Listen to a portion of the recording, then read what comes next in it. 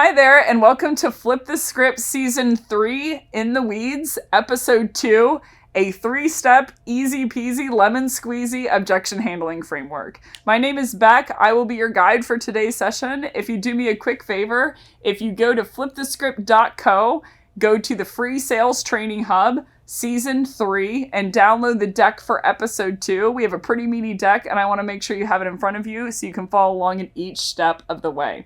And once you've done that, let's go ahead and jump into the content. So let's start with an agenda. The first thing that we're going to be covering today is the root of the term objection. Where it comes from, why they happen, and we're going to dig into the original story behind objections. Number 2, then we're going to transition into a general view on objections. It's a fresh take. We're going to go into thinking like a buyer and how do I view these objections as I'm giving them whenever I'm the one that's in the buying chair. At number 3, we're going to go into 2 questions to ask about any objection. And really what we're going to go for today is infrastructure of how can I classify these types of objections when I get them on the phone so I have a quick and easy path. Number 4, we're going to go into question number 1 and how do we answer that whenever we get an objection of what type of objection it is. Number 5, we're going to go into question number 2. How do we answer it according to that question? And then number 6, we're going to go into the 3 different types of questions based on the answers to questions 1 and 2. So it'll be a very, very quick and easy framework, but there'll be 3 types of objections on the back end based on those answers. We're then going to go into an infrastructure on how you counter type 1, an infrastructure on how you counter type 2, and then about type 3, because type 3, I can't get into it now, but we won't be countering it at all. So let's start again with the root of the term objections and why you're getting them. So the root of the term objection really is we are on the offensive in terms of we're trying to do something to our prospect. We're trying to lead them somewhere. We're trying to get them to close. They can sense it and they throw an object up in our way to slow us down. So that object can look a myriad of different ways. I'm not the right person. I'm running into a meeting. I'm in this meeting and I took this call because I thought you were somebody else.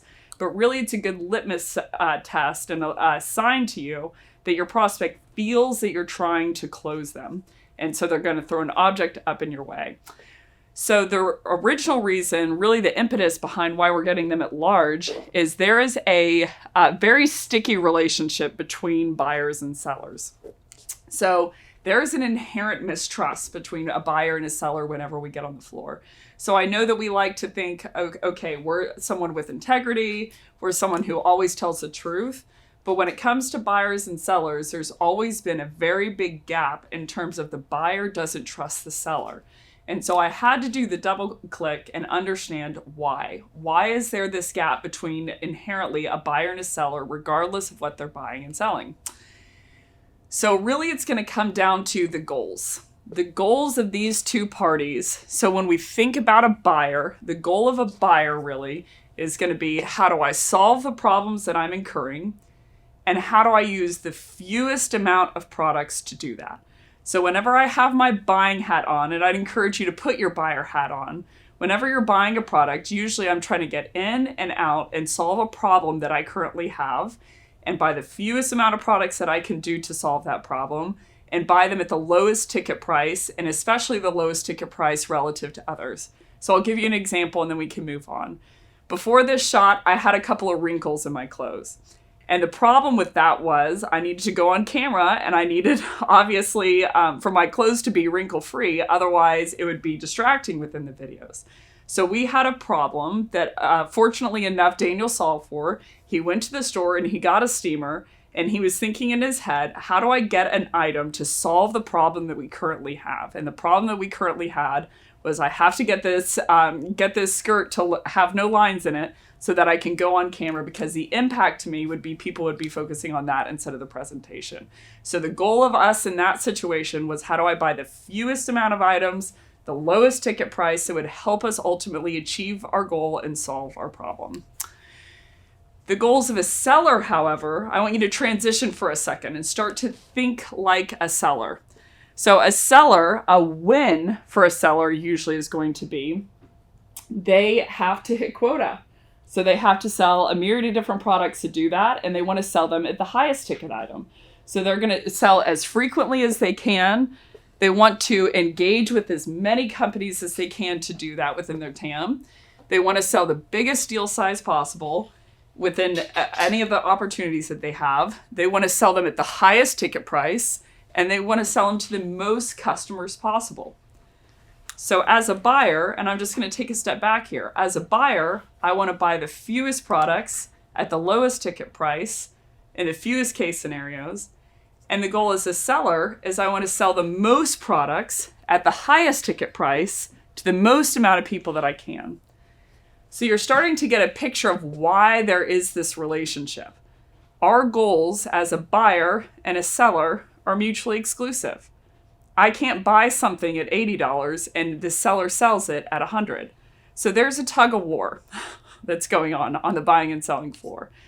So Eric Berne, he's the author of a number of different books.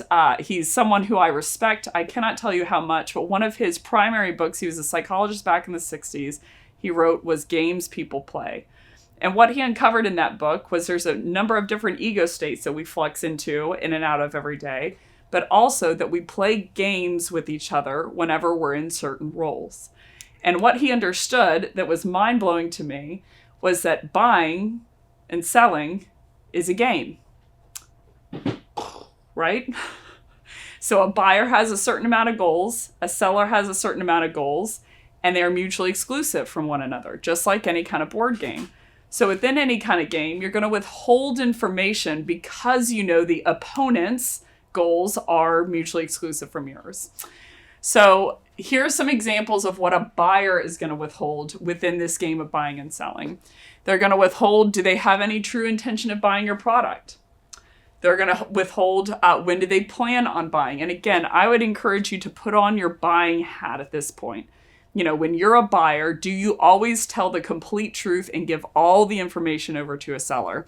You know, when did you plan on buying? Are you the true decision maker? How much budget do I have? What needs to happen internally to get the deal to move forward? Am I evaluating a competitor? What plans do I have internally? What problems do I have internally? And what are the facts about my business? So points 7 through 8 is really what we're going to be hurting as a seller. And the reason is our buyers now know that the more that they give us pain and the more that they give us the facts about their business and the more that they give us the problems that they're running into, the more likely that they can sell to us. And also the more likely that they can raise the price tag when they do. So the damage in that is that our prospects no longer want to give us their pain or problems because they know that we can leverage it against them. So the problem in the buying and selling community is the one thing that we need access to is what are their pains and problems that they're trying to solve. So the efficacy of a seller, you know, I once heard, and I couldn't agree with it more, that the 5 most important minutes of any meeting is the 5 minutes after you as the seller exit the room and close the door, and the people that you are presenting to turn to one another and they say, what did you think? And that information that they say, they're like, I really liked this feature. I really liked on page 7. I didn't really like how they did this. You know, I think that their competitor can do X, Y, and Z. You know, I think that they, have a better selling process, et cetera, et cetera. That is the minutes where the buyers are telling the truth between one another. And your efficacy as a seller is going to be hinged on your access to that information of what they're really thinking. Sellers also withhold information in the buying and selling process. We withhold, does our product actually work? Do our seller or do our buyers actually need the feature that we are positioning to them? Is it in their best interests? What are the typical results from the product? So yes, I know we have case studies, but what are the typical results? What are the average results? What about all the times that it didn't go well? If something is truly on the product roadmap, what is our list price and how much can we discount? And the amount of product available. I'll see a lot of people say like, this is the last one that we've got on Etsy. And then I buy it and I go back to the website and they still have one available. No qualms with Etsy, by the way, if anyone from Etsy is watching this. But point being, we withhold as a buyer information. Do we have budget? Are we going to buy? And as a seller, we withhold information as well. And why do we withhold this information? Because what a buyer wants and what a seller wants never overlap. A buyer wants to buy the fewest amount of products at the lowest ticket price to solve their problems.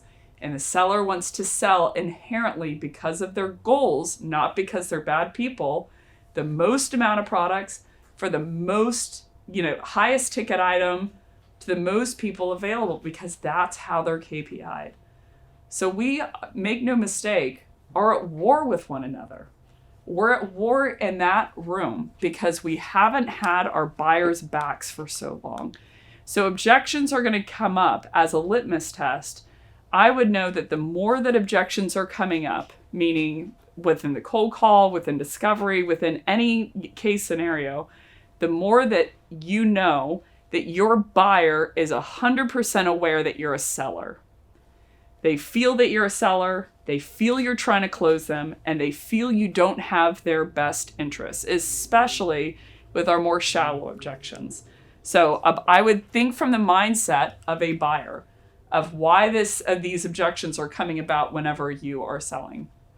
So like I said, and I wanted to put it in nice, pretty writing here, objections are going to come up more often when they think that you are a typical seller and they're identifying in their brain that this is a seller. This is someone who is hitting the role of a seller in my brain. Of like, they're trying to sell me something. They're the typical person who's trying to do this. And I don't mean egregious. I don't mean bad. I mean average. If they're thinking of you as a seller, the most toxic thing that anyone can see you as within the sales cycle that will cripple your deals is they see you as a seller. The more they see you as a seller, and an average seller, not even a bad seller, they're going to start to withhold information. So objections are a litmus test on that. So now I want to go into a general view on objections, some very, very common objection handles that I hear in the industry, where those are coming from, and a questionable efficacy behind that. But I wanted to go into a general view on modern objection handling. So I hear a lot of different people talk about objection handling, and they say like, hey, some of these handles that I've been given, they're just not working on my prospects. And I have a litany of different thoughts, but I wanted to go into how reps have countered in the past and how are most reps countering today. So I hear about the same objections on the phone and over email, not interested, not the right person. I know we think we're special snowflakes, but we're all getting about the same ones. Send me an email, not the right person. I'm in a meeting. I took this meeting because I thought that, took this call because I thought you were somebody else. No budget, no time, not interested, unsubscribe. And there's really a handle of objections. And there's a typical way of going about countering these objections that I've seen in the industry. So here's a number of the objections that I've seen. Not the right time, no budget, I'm running into a meeting, send me an email. And this is normally how I'll see people being taught to counter them, and most reps countering them on the phone. So if you are outside of this in terms of you handle objections in a different way, I would say give yourself a thumbs up and a star and an asterisk mark. But usually when I hear the objection, not the right time, most reps are going to counter it by saying, when is a better time to call? I'm so sorry, when's a better time to call? No budget. I'll hear people counter by saying, well, people typically don't have budget, whenever we call in, but when they see the value, because it's category creation, all of a sudden they'll end up making budget. I'm running into a meeting. I'll typically hear the rep counter with, I'm so sorry, when's a better time to call? Very similar to not the right time, or I'm in a meeting and I thought you were somebody else. And then send me an email. I usually hear the reps counter with, what should I include in that email? These are very normal. These are what I hear, bar none. From most, I would say 99.9% of sales reps. This is how they are countering this type of objection. So again, if you aren't countering this or you're countering it in a different way, I'd give yourself a double asterisk mark. But the problem with handling these objections is a number of different things. Let's break this down as a buyer. And again, I want you to put on your hat as a buyer. When you walk into a retail store and someone approaches you and they say, "How can I help you today?" So let's imagine this. If you're watching this, you walk into the Gap and I walk up to you and I say, "How can I help you today?" What's your typical response? What would you normally say to that person? Usually I'm going to hear someone say, "Oh, no, thanks. I'm just looking." And the reason they're saying that, so I usually ask the question, what did you really want instead? Why did you say that to that person? What I'll usually hear is they say, "Well, I just wanted the person to leave me alone because I wanted to look at the item myself."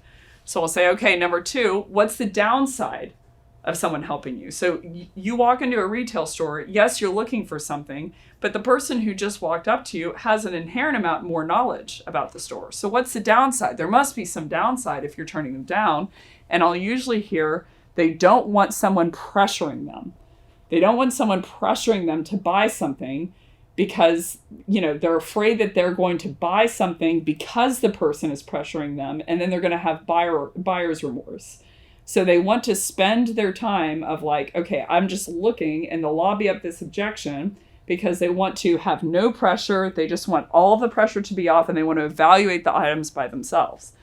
So then I usually ask the tough question, well, then why didn't you just say that? Why didn't you just say, "No, I really don't want you involved in this process. I want to seek out the items myself"? Why did you say, "I'm just looking" as the objection? And normally what I'll hear from every single team that I get the privilege of training is they'll say, "I didn't want to feel like a bad person." So I gave them the objection because I needed them to go away. I wanted them to go away, but I didn't want to feel like a bad person. So I came up with an objection that's not the real objection because I didn't want to feel like a bad person, but I still needed them, above all, to go away as a seller. So part 2, I'm going to ask you another set of questions. When someone, let's pretend for a second that I was prospecting into you, and I gave you a call, and I gave you my pitch, and you said, "Send me an email." I want you to ask yourself, do you have any intention of actually reading that email? Usually, within training, I will hear 99.9% of the time, "No, I didn't." So my second question normally is, what did you really want instead? What did you want to happen in that situation? And I'll hear buyers say, "I just wanted the person to go away." So number 3, I say, then why did you say, "Send me an email"? Why didn't you just tell the seller that? Why didn't you just say, "Hey, I really want to get off the phone right now. I don't want to be having this conversation anymore. So thanks for calling, but no thank you." And they'll always say the same thing as in case 1. "I didn't want to feel like a bad person. I had no interest in buying. I had no interest in evaluating the product, but I didn't want to feel like a bad person. So I told them to send me an email because it's easier on me emotionally as the buyer for you to just go away and you spend the time to send me an email, but I have no intention of reading it." My third case here, and then I'm going to put down, jump off the soapbox here. But I would ask you, if you're watching this, have you ever told someone that you were running into a meeting when you weren't? I have. I've probably done it within the last couple days. What did I really want instead? I wanted the person to go away. So why did I say I was running into a meeting? I said I was running into a meeting because I didn't want to feel like a bad person, but I also wanted the person to go away. So I gave them the false objection of I'm running into a meeting, so it accomplished both. I don't feel like a bad person, but net the person still goes away. So we've got 3 cases here. I said I'm just looking because I wanted the person to go away, but I didn't want to feel like a bad person. I said send me an email because I wanted the person to go away, but I didn't want to feel like a bad person. And I said I'm running into a meeting because this is me. So you'll the average human being, its statistics say, lies 17 times per day. I would guess 16 out of the 17 are objections to sales reps. Of, I said I'm running into a meeting because I didn't want to feel like a bad person, but I wanted you to go away. So I'm not here, hopefully today, to be of no value. We're going to get into how to counter these in a second. But the quickest way to be lethal at any tactical skill, whether that's cold emailing, whether that's cold calling, whether that's objection handling, is not by necessarily watching a presentation from anyone. I hope you don't turn off the video. The quickest way to do it is to take your seller hat off and from now on, think like a buyer. When you walk in the morning and your email implodes, what's the first thing that you do? I'll normally hear people say, I start deleting emails. So I say, what do you delete? They're like, I delete all the junk, all the marketing junk, all the sales junk. I'm like, let me ask you a question. Did you open every email that you deleted? No. Well, then how did you know you could delete it? It looked like a sales email. I'm like, start thinking about when you knew it was a sales email, how did you know that? And now you have a good litmus or a good litany of things that you can't say to your prospects because they'll do the exact same thing. So I would put on my buyer hat. When I say send me an email, when I say I'm running into a meeting, when I say I'm not the right person, when I say, I'm not interested or unsubscribe, typically when I'm the one in the buyer's chair, why am I saying that? What did I really want instead? So you can start to understand when you get these objections as a seller, what your buyer's mindset is. So the problem with these counters, and I want to go back to the screen here. Here were the counters. Here's the typical industry counters that I hear. Not the right time. When's a better time to call? No budget. Well, we don't, people see the value. They start buying. So don't worry, Mr. or Mrs. Prospect. Once you see the value, you'll free up some budget. I'm running into a meeting. Send me an email. What should I include in that email? The problem with these objections is not that they're bad objections or objection handles. The problem with these objection handles is they're handling the wrong objection. Your buyer wasn't saying send me an email. They were saying go away because I don't see any value in you. So it's not that those objection handles are bad. It's that they're countering the wrong objections. A good example would be you call someone or ask someone out to a date on a Friday night and they say, no, I'm busy washing my hair. Handling these objections in the way of what should I include in that email or when's a better time to call is the equivalent of saying, okay, Mr. or Mrs. Prospect, I'll send you some shampoo that will make your hair on Friday cleaner for longer so you can go out with me on this date. And the problem with that is even though it solves the problem of the hair being cleaner for longer, that was not the true objection.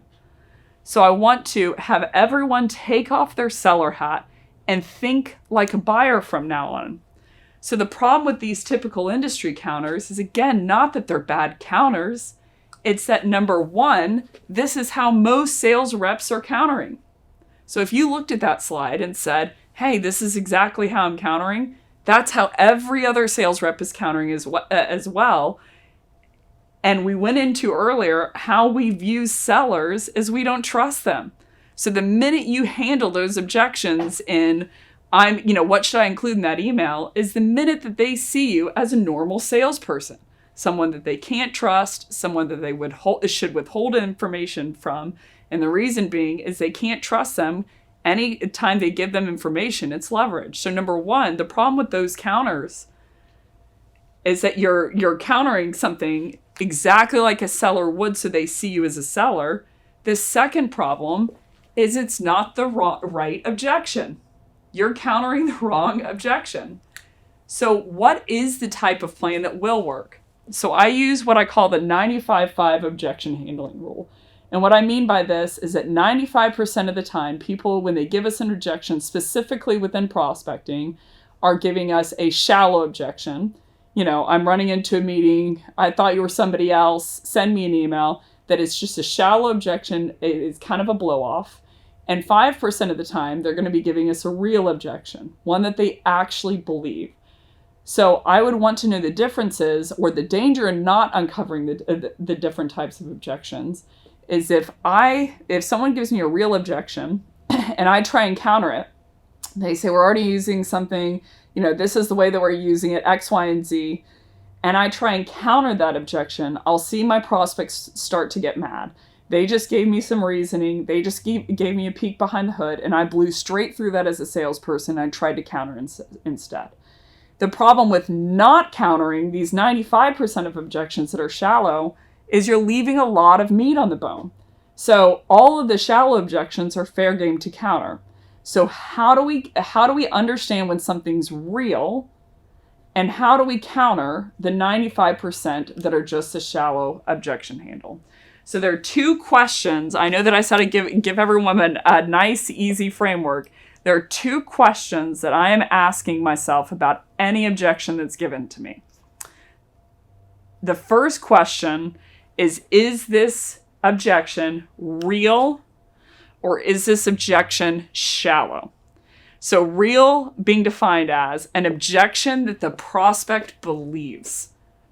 When they're saying it to you, it has detail. They believe that it is correct, and it is a reason of why they cannot buy your product.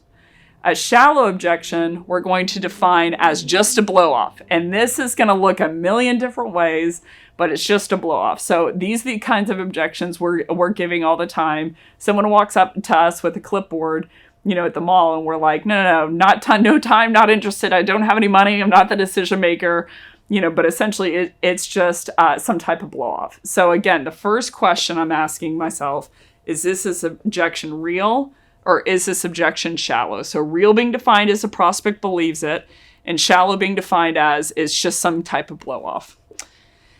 The second question that I'm asking is this objection valid, or is this objection invalid? Valid being defined as it's the objection that they're giving you is correct in what they're saying, and invalid being defined as it's incorrect in what they're saying. So an objection can be real, meaning the prospect believes it, but invalid, meaning it's not correct. So those two questions again are, is this objection real or shallow?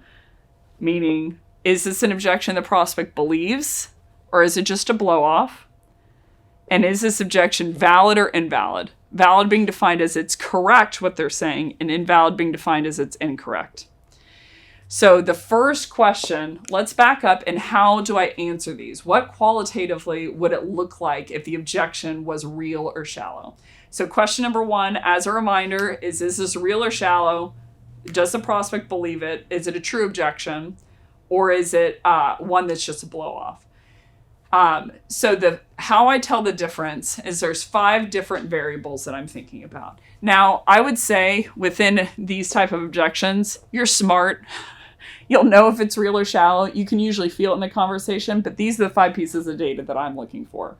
Number one is going to be the level of detail. So the more detailed someone is in their objection, is more likelihood that it's real. Now, I would still posit it still can be invalid, meaning it's not correct what they're saying, but I'd say more likelihood that it's real, the higher level of detail that they're giving you. Number 2 is the overall temperament of the prospect. So another word on details, this is typically whenever you'll see kids that are sneaking out in high school, and they're coming back, and they're like, okay, how do we make our parents believe, that we were off doing something, that we weren't at a party? And you'll typically see me and all my friends beforehand say like, okay, let's iron out the details of what we were doing. We were out at this person's house, we were studying for this test, and we iron out all the details beforehand, because what we were scared of is if we got cornered by our parents afterwards, the answers to these questions, if they didn't line up, that's where they would catch us. So the more details to the objection, the more likelihood that it's real.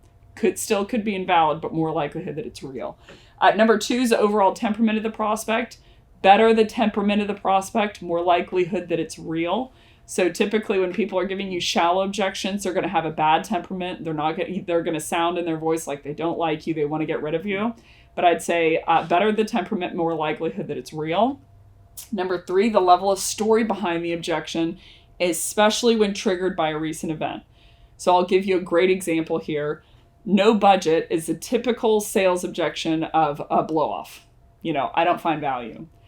No budget in March of 2020 became real. The pandemic hit, companies were scared, and they started rolling back budgets. So if there's a level of story behind the objection, and it's especially if it's triggered by a recent event, more likelihood that it's real. Still could be invalid, but more likelihood that it's real. Number 4, if you're hearing it often and it's triggered by a recent event, more likelihood that it's real. And then the last one here is the amount they knew your company or space beforehand. So if they know your company or space beforehand, more likelihood that it's real, meaning they have gone through the internal narrative of, does this make sense for myself, based on X, Y, and Z, and they develop some type of objection. Now, it still could be invalid what they're thinking, but more likelihood that it's real. So here's a couple of examples of budget whenever it's real and whenever it's shallow. Real, we had to lay off 200 people, and consolidate everything in Q3. I wish we had the chance to buy something like this, but we just don't have the cash. That's a real objection. No budget, shallow, if they just say we don't have any budget. No budget. I would say there's a low level of detail. The person sounded kind of mad. There's no level of narrative behind it. This is typically going to be a shallow objection. And then I put in a couple examples here for timing. Not the right time for this versus not the right time, but we will have one coming up. We have an RFP out for this in November. We're looking for someone at that point, and I'd love to get you involved. I'd say very likely that because the level of detail and narrative behind this, that it's more likelihood that it's real versus shallow. So I want to go into question 2, and then we're going to go into how to counter these 3 types. So question 2 is going to be, is the objection valid or invalid? So question 1 was, is it real or shallow? Meaning they believe it, or is it a blow-off? Question 2 is it valid or invalid? Valid being defined as it's correct what they're saying, and invalid being defined as it's incorrect. So I would guess in prospecting that invalid objections, when you're talking about shallow and real objections, that anywhere from 85 to 95% of the time, an objection on a cold call is going to be shallow. So the vast majority are going to be shallow. I'd say, a hybrid of 90. And again, this isn't backed by data, but that 90% of objections qualitatively are going to be shallow objections, meaning they're a blow off. And out of that remaining 10%, I would take a guess that out of invalid and valid, valid being defined as it's correct, invalid being defined as it's incorrect, I would guess that out of that remaining 10%, that 90% of the time they are invalid. So meaning the majority of the time they're going to be shallow. And even if they are real, meaning the prospect believes them, in that 10% of the time, out of those 90% of the time they're going to be invalid, meaning they're incorrect. And the reason behind it is they don't know your products. So that's just kind of a lay of the land. Why don't they know your products? Why are all these objections going to be invalid? The reason why these objections are going to be invalid is because they don't know your product. They don't know your space. This isn't their expertise. So even if they do know who your company is, they don't know everything about your company. So I would have to ask a question. I ask this to teams a lot in training, and I've asked this to myself before, even when I worked for a company. Do you even know for your own company all the products that you have to offer? Do you know all the product offerings? Do you know the feature set on all of them? Do you know, what they solve for with your prospects? And I've never met a team where there was someone who raised their hand. Someone said, I know all of my products. So I'm like, okay, great. Now imagine your prospects. You don't know all your products. Now imagine your prospects and how few they know. So the reason that you're going to get shallow objections most often is because you're not driving any value. The reason that you're going to get invalid objections out of the real objections is because they don't know everything about your products. And that's very, very fair of them. So based on the answers to these two questions, I wanted to go into the 3 types of objection counters to use within the framework. So again, first question, is it real or shallow? Real is being defined as the prospect believes it. Shallow being defined as it's just a blow off. And the second question, is it valid or invalid? Valid being defined as it's correct, and invalid being defined as it's not correct. Those are the 2 questions I'm asking. And there are only 3 types of objections off of the back of these 2 questions. Type number 1, shallow objections, meaning it's a blow off. Type number 2, real but invalid objections, meaning they believe it, but it's not correct. And then type number 3, which is real valid objections, meaning they believe it and it is correct. So these are ranked in terms of how often you're going to get these. You're going to get type number 1 within prospecting the most, type number 2 second most, and type number 3 the least. So countering type number 1, which again was a shallow objection, a blow off, not interested, running into a meeting, send me an email, thought you were somebody else. All shallow objections, I would start with a pattern, an off-record pattern interrupt. So what I mean by pattern interrupt is the normal pattern of this situation is going to be, they said, send me an email, which was a shallow objection, and they're expecting you to say either, okay, I will, or what should I include in that email? And you'll hear your prospects hesitate. They'll go, and then you'll say, why don't I just send you some case studies? And they're like, okay, sounds great. And the reason they very aggressively agree with you is because they're like, sounds great, not to that they're going to get an email, but that you're going to end the call with them. That's what they're excited about. So this is the pattern that we have to interrupt. Otherwise, it's not going to work out in our favor. We'll put in the time to send them an email. They won't read the email, and on we go. So you not only wasted the opportunity with the prospect, but you also wasted the opportunity cost of your time for putting that email together. So I start with an off-record pattern interrupt. Can I level with you? May I say something? Can we just time out here for a second? Can I just be real with you? Do you mind if we hit pause here for a second? So essentially, this means you're exiting out of the buyer-seller mentality where they see you as a seller and how this is normally supposed to play out. Send me an email. What should I include in the email? I don't give a crap. Okay, I'll put together case studies and you send over the email. You want to stop that pattern with an off-record pattern interrupt. Can I level with you? May I say something? Can we time out here for just a second? Can I be real with you? Do you mind if we hit pause? And then I would give them this 4-step path. Can I level with you? We're going to use can I level with you as our example today. Can I level with you? I've been hearing send me an email and say their objection a lot recently.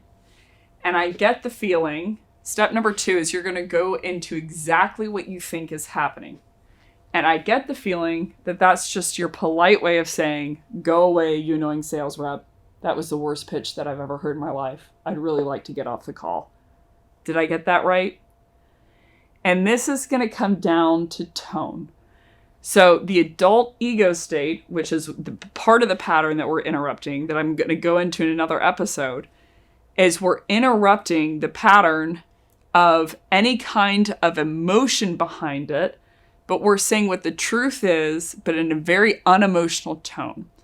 That is how you can make yourself lethal in the sales process.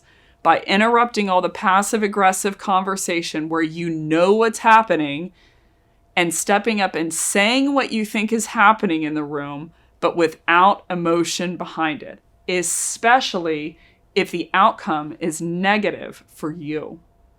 So I use this all the time in selling. I'll say, hey, can I level with you? Can we time out here for a second?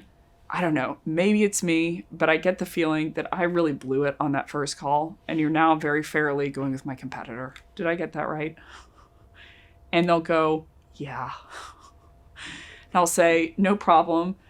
Do you mind putting me out of my misery? Telling me what they did well. They'll go, yeah, so it really wasn't what they did better. It was that they did X, Y, and Z. And you don't do that. And sometimes, in most case scenarios, a conversation will turn into, I'll say something like, hey, well, now I really feel like I'm a bad sales rep. And they're like, why is that? I'm like, we actually do those things. And all of a sudden, we're having the real conversation, that 5-minute conversation of what they're actually thinking. So what you're trying to do is you're trying to invite them to tell the truth by leading with you telling the truth with no heat behind it, especially when the outcome is not positive for you. This will interrupt to the core them seeing you as a seller. And again, the minute we see someone as a seller, we're going to hang up the phone on them. We're going to ghost them. We're going to make them put together a proposal when we have no intention of buying. So I'd say, can I level with you? Any one of these pattern interrupts will work. Can I level with you? May I say something? Can we time out here for just a second? I've been hearing send me an email a lot recently, and I'm getting the feeling that's just your polite way of trying to say, go away, you annoying sales rep. This was an awful pitch, and I really just want to get off the phone. Did I get that right? And this is going to come down to how much you enter into language. Because the reality is this is what they, before anyone accuses me of this being a script, this is what they are saying. This is what they're communicating to you whenever they give you this objection. So I'd say, did I get that right? And you're going to hear one of two responses. Either you're going to hear the person double down and say, no, I actually do want you to send me an email. If you would send me something on X, Y, and Z, and at that point, what you know is that you uncovered actually a real objection. That one was real. You read the room wrong, and no harm, no foul. Usually how I play out the conversation is like, no problem. I've just been hearing it a lot. And they're like, no, I get it completely. Yeah, if you would send me an email to X, Y, and Z, and this is going to be about 5% of the time. They'll say, no, I actually did want you. I actually am running into a meeting. I actually am interested in seeing this information. 95% of the time, what you're going to hear is your prospects will crack. They're going to say, yeah, you did. And they'll start laughing because they knew that it was a game, and you're very rarely calling them out. So again, I can't stress enough, this will not work if you're mad. If your tone says that you're mad. I'm getting the feeling that that's your way of saying, go away, you annoying sales rep, and you really just don't want to talk to me, right? That will not work. You have to strip out the emotion from it and say what you think is happening and what they're communicating to you. The third step I'd go into is some level of empathy.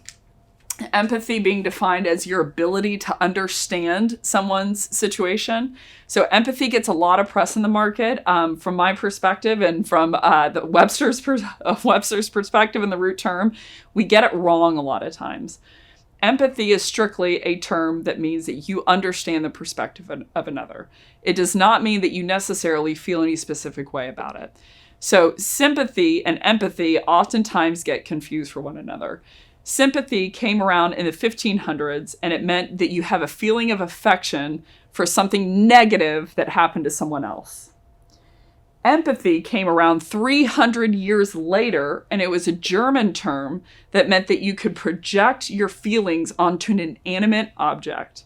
And what that means is that you understand why someone did something, but you don't necessarily feel any certain way about it. So a great book to read is Against Empathy by Paul Bloom, and he goes into there's two types of empathy, cognitive empathy and emotional empathy.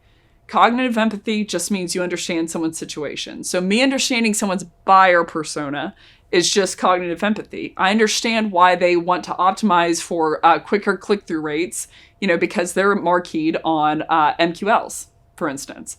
That's cognitive empathy. I just understand what they're saying. Emotional empathy means that you're entering in with them. So if I see someone hit their nail with a hammer and I wince, then that means I have emotional empathy. So you want to enter in. Paul goes into the dangers of emotional empathy, but the value of cognitive empathy. And you essentially here from the adult ego state want to validate your prospect that even though they just lied to you, which they did, that you get it. I get why you did it. It makes sense why you did it. It's normal why you did it.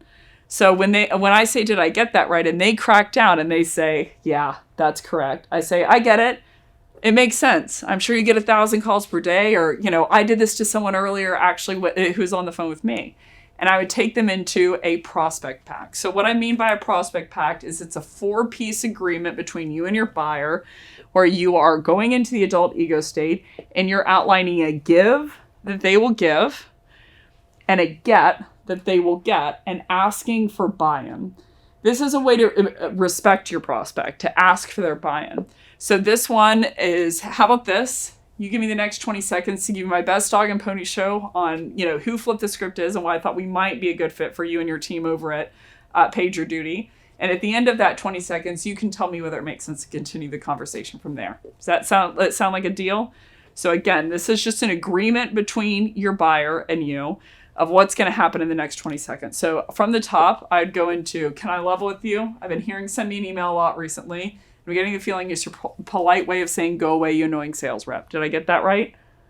They'll crack down. They'll say, yeah, you did. And I'd say, no problem. I get it. Makes sense. How about this? You give me the next 20 seconds to give you my best dog and pony show on who we are and why I thought we might be a fit. And at the end of that 20 seconds, you can tell me whether it makes sense to continue the conversation from there. Is that a deal? So this, again, is for all shallow objections, meaning it's just a blow off. There's only 3 types: shallow objections, real invalid objections, and real valid objections. So these were all for shallow objections. The second type of objection, and again, we went into it, are real invalid objections. So this means you think that the person believes the objection they just told you, but it's incorrect what they just told you. This happens a lot. So again, from a splits perspective, I'd say about 90% of objections on cold calls are shallow, 10% are real. And out of the 10% that are real, about 90% are invalid, meaning they're incorrect because they don't know your product. So how I would counter these, how I typically see them countered, is I will see reps correct their prospect. They'll say, I'm all good. We already use blank. And the rep's thinking in their head, that's not my real competitor. And I'll hear the rep counter and say, that's not our real competitor, actually. Our real competitors are blank, blank, blank, and blank. Or someone will say, I'm not the right person. They're like, you are the right person because of blank, blank, blank, or blank. Or they'll say something like, you're the most expensive in the market, so not now. And I'll hear the rep counter and correct them. Again, we're actually not the most expensive in the market. The problem with that is this slide. Whether we have the right answer or not matters to us.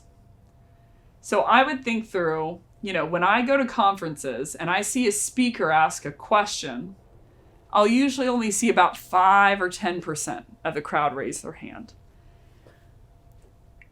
And the reason only 5 or 10% only raise their hand is not because the other 90 or 95 didn't have an answer. It's because they were too scared to answer the speaker. Because the risk would be that if they got it wrong, they got the answer wrong in front of 5,000 people. But if they got it right, they just got it right in front of 5,000 people. And the reason that would be a deafening blow, or it'd be a very big encouragement, is whether we have the right answer or not matters to us. So when our prospects give us an objection that's not correct, they believe it, but it's not correct. The problem with countering by saying, that's actually not correct, is you're slapping him in the face, so to speak, a little bit, by saying, your answer was wrong, you got something wrong, you don't know about us, and then asking them a favor. So the problem actually isn't a product one. The problem is a psychological one.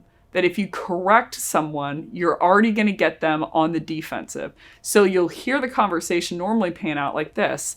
We're actually already using blank. The rep counters by saying, well, we're actually not competitors of blank. We're partners with blank. And, they buy from us and we buy from them. And the customer's like, okay, great. I don't care. And then they hang up the phone. They're like, hugs for the education. You'll see them flip objections. I'm not the right person. I'm just not that interested. You'll hear this with kids and parents as well, of like, no, you can't go over to Cindy's house because you didn't do your homework. They're like, I actually did do my homework. Well, you didn't do your laundry. Well, I actually did do my laundry. They're like, well, you were mean to your brother. Well, and they're like, no, the answer's no. They'll start flexing objections. The problem, again, is not a product one. It's that you have them in the wrong psychological state. So how we're going to counter this one is very similar to how we countered the first one, but with a small twist. The twist is, at step 2, I would still lead with an off-record pattern interrupt. Can I level with you? I've been hearing I'm not the right person, a lot recently. And again, you look at them, decision makers are master delegators. They are very, very skilled at delegating. So you look at the person, you're like, they're a CRO, and they're saying they're not the right person. How do they know? They don't know your product. So you're like, this is the right person. And again, this objection was given out without a lot of detail. So for example, if they say, I'm not the right person because of X, Y, and Z, you actually need to contact, I'd say that's a real objection. But let's take the example of, they say they're not the right person, but there's no level of detail behind it, and you don't believe they even know who you are. I would lead with, can I level with you? I've been hearing I'm not the right person a lot recently. Or I've been hearing we're working with outreach a lot recently, and I'm selling Flip the Script, which is completely different, products and services. And the elephant in the room is where we're going to shift it. The first prospect pact. Or I'm sorry, the first counter. So I'd say, and I'm getting the feeling it's because of how poorly I'm explaining it. So the key to this framework is that you take onus for why they have the wrong answer. I hear a lot in training sometimes. People will say, well, it wasn't my fault. I'm like, do you want to be right or do you want to be rich? Does it matter? And actually, I would argue that the reason they're confused is because your pitch wasn't very good. At least in my experience doing it, is your pitch was confusing. So I would take the onus and say like, hey, I'm getting the feeling it's because of how poorly I'm explaining it. They say, we're using outreach. And I'm like, I don't compete with outreach in any way, shape, or form. I'd say, can I level with you? I've been hearing we're using outreach a lot recently. And I'm getting the feeling it's because of how poorly I'm explaining it. Step 3 is I would tell them the correct statement. I think you are the right person. I actually don't compete with outreach. We actually aren't the highest priced in market. And then I would take them to a prospect pack like normal. So how about this? You give me the next 20 seconds to give you my best dog and pony show on who we are and why I thought we might be a fit. And at the end of that 20 seconds, you can tell me whether it makes sense to continue the conversation from there. Does that sound like a deal? Now, the only thing you're going to have to delta is the prospect pack and the agenda and it's going to be dependent on whatever objection it is. If they said I'm not the right person, then I'd say, how about this? You give me the next 20 seconds to give me my best dog and pony show on who Flip the Script is and why I thought we might be a fit for VPs of sales in specific, and at the end of that 20 seconds, you can tell me whether it makes sense to continue the conversation from there. So again, the key here, the way that it changes is that step 2 is that you take the onus for why they had the wrong answer. So they still had the wrong answer, but you're the reason of in backing of why. So I'm getting the feeling, that it's because of how poorly I'm explaining it. I think you are the right person. We actually don't compete with blank. We're actually the lowest priced in market, and I would take them through a prospect pact. So I'd be very, very careful of the child ego state in any of this. Here are a whole bunch of examples of how I see people countering these of like they say no time or we're just using your competitor, and I'll hear people try to counter on the spot. And again, anytime that you're going to be correcting someone, whether that be a grammar mistake, whether that be something that's wrong on a slide, whether that be a speaker at a conference, then you are going to be in the child ego state, transition them into the parent ego state, and increase the likelihood that they say the one word that parents say more often to their kids than any other word. And that word is no. No for whatever reason. So that is how I would counter. The third type of objection, and then we're going to close out for the day. This is going to be pretty quick, pretty easy. The third type of objection, so remember, type number 1 was they're shallow, meaning they don't believe it, it's just a blow-off, and that's going to be the most common type of objection within prospecting. Type number 2 is going to be real but invalid. Real being defined as they believe it, but it's not correct what they're saying. Type number 3 is going to be real and valid, meaning they believe it and it's correct what they're saying. So this is jarring that I have to go through this.